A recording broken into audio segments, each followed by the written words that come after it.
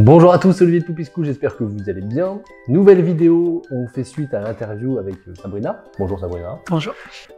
Que on avait fait juste avant, que vous avez certainement déjà vu sur YouTube. On va juste aller un peu plus loin sur un détail, c'est sur l'aspect subvention CAF. C'est une question qu'on nous pose souvent. Là, l'idée c'est de faire un retour d'expérience, ça ne sera pas forcément celui de tout le monde, mais dans tous les cas, au moins c'est le retour d'expérience de Sabrina. Elle a obtenu les subventions CAF pour son projet et je pense que ça peut être intéressant d'aller plus loin en détail sur ce sujet.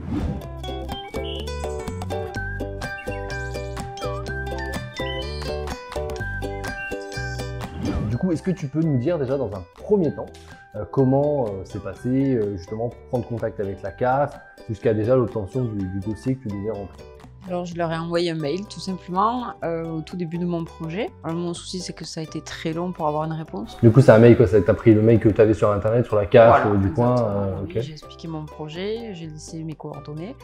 J'ai eu une réponse rapidement en fait de quelqu'un qui me disait qu'il allait faire suivre mon dossier. Et ensuite pour avoir une vraie réponse de la personne responsable, ça a pris plusieurs mois. Et du coup tu as dû relancer entre deux? Oui. T'as essayé d'appeler, quand t'appelais, t'avais jamais la bonne personne du coup. C'est ça. Ouais, c'est le problème de la CAF. Ok. Et donc tu m'as dit c'est quoi, 4 mois à peu près pour. 4 mois.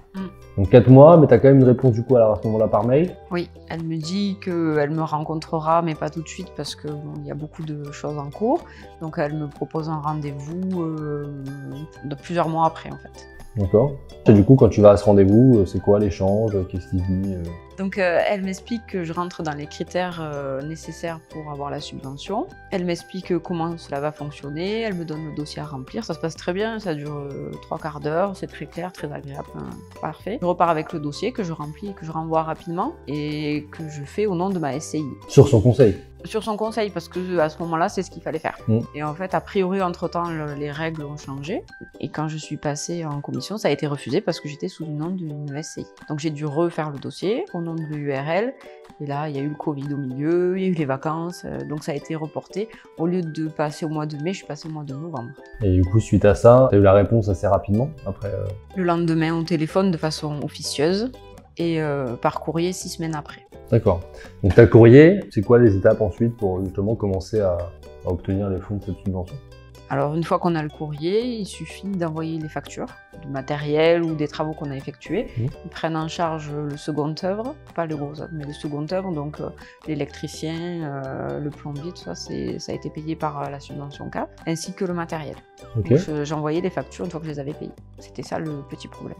C'est ça, ouais, c'est que tu avais un décalage de trésorerie, que tu devais avancer les fonds. Du coup, tu faisais comment? Tu débloquais à la banque? Je ne pouvais pas débloquer à la banque parce que mon crédit sur le URL était tout petit. Oui, c'est vrai, c'est ce qu'on avait dit. Voilà. Vous le verrez dans l'interview d'ailleurs, si vous ne l'avez pas vu.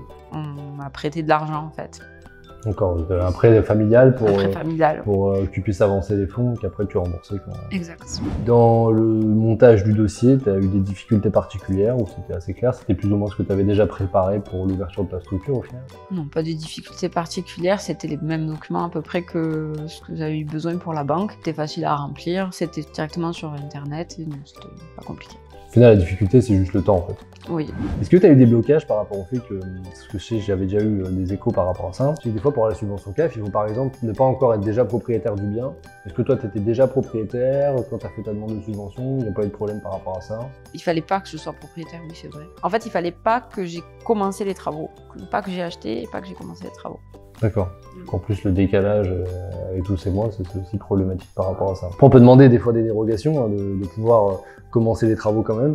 Et même quand vous achetez un terrain, par exemple, potentiellement, il ne faut pas en fait passer chez le notaire avant d'avoir l'accord des subventions, parce que sinon vous ne les aurez tout simplement pas. Qui part du principe que vous avez eu le financement au travers d'un financement privé, une banque, et donc vous n'aurez pas les subventions. Donc c'est important à savoir. C'est un point qu'il faut voir avec votre CAF lorsque vous faites votre demande de subvention. Est-ce que le fait que la CAF te donne de l'argent pour ouvrir ta crèche, est-ce que tu as des obligations du coup qui sont liées à ça? Oui, la première c'est de devoir rester en activité pendant 10 ans minimum, sinon on rembourse au prorata du temps qu'on a été ouvert. D'accord, ok. Et à part ça? Et les tarifs modulés en fonction des revenus des parents. Donc les tarifs sont plafonnés. Pour les gens les plus aisés qui laissent les enfants pas longtemps sur des petits contrats, c'est 10 € de l'heure. Et sur les gens les moins aisés qui ont des gros contrats, je suis à 6,70 € de l'heure maximum.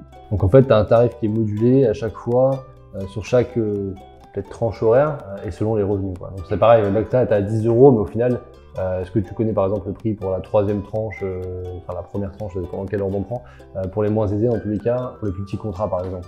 Je crois que c'est 9,20 €, quelque chose comme ça. Et ça correspondait plus ou moins à ce que tu avais prévu? Exactement ce que j'avais prévu. D'accord, c'est déjà ta grille tarifaire, donc comme ça, pas de surprise. Sans souci.